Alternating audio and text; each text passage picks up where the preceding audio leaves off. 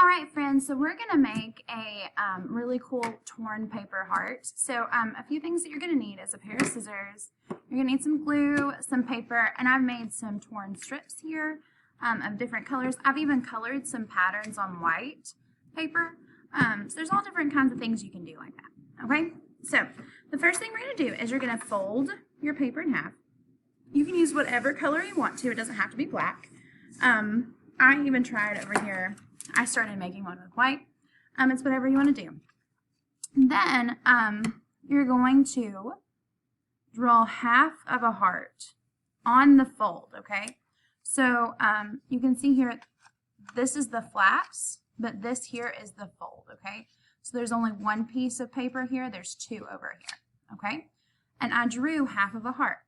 Now what you're going to do is you're going to cut out half of that heart, okay? Just like that, and open it up, and then you have one heart. If you ended up with two halves, then you cut on the outer edges instead of the fold, okay? Now what you're going to do, friends, is you're going to add all this torn paper to it. Now, when you're doing this, I like to add glue on just the bottom part of this paper, okay? And I'm going to put it all the way across. Then I'm going to put it on my heart. Okay, but the top part I haven't glued down yet, all right? And it's overlapping the heart. You can see here, that is totally okay. I'm going to show you why. And the next part is, I'm going to add a little bit of glue to the bottom of my next row, okay?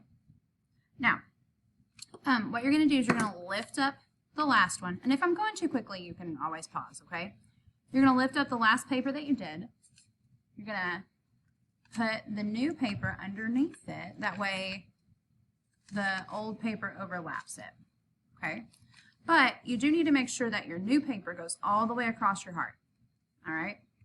Then you can go back to your the first piece, and add glue to the top, okay? Just like that. Now, I think this one's a little too thick, so I'm going to go in here and I'm going to rip it.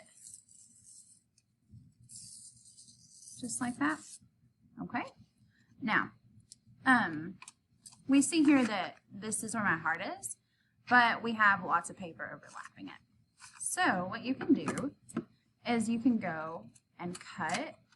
You just follow along with your paper of your heart and just cut off the excess, okay? Just like that. So then I'm going to go to have some more of this orange paper. I think I'm just going to keep using the orange paper maybe, okay? So I need to actually color some more. So I'm going to pause the video and I'll be right back. Okay, friends, so I have some more orange paper. So what I'm going to do is I'm going to put a little bit of glue on the bottom part of my next piece of paper, okay? Then I'm going to come over here. I'm going to lift up my purple paper, right?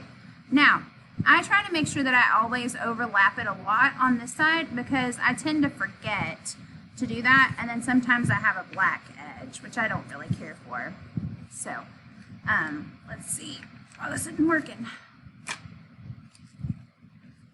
All right, so see, if I don't overlap it all the way, I have this black edge. So I'm going to make sure it overlaps all the way, just like that right there, okay? And then I'm going to add some glue to my purple piece. I'm going to glue that down. And then I think this is too wide again. So I'm going to tear it. And I love the way that tear looks. Like it's not perfect, and I just think it's really beautiful when you tear paper like that. Okay, then I'm going to add purple again. And you just continue to do this back and forth for a little while, okay? So I'm going to pause the video and show you what mine looks like at the very, very end. All right, friends, so here's my finished product. And I think I'm actually probably going to go back in and color a few of these, just a little bit. I still like to leave the white on the torn paper just because I like the way it looks. But then I can go back and add some more details, like if I want to go in and add more little hearts or more little polka dots, I can do that.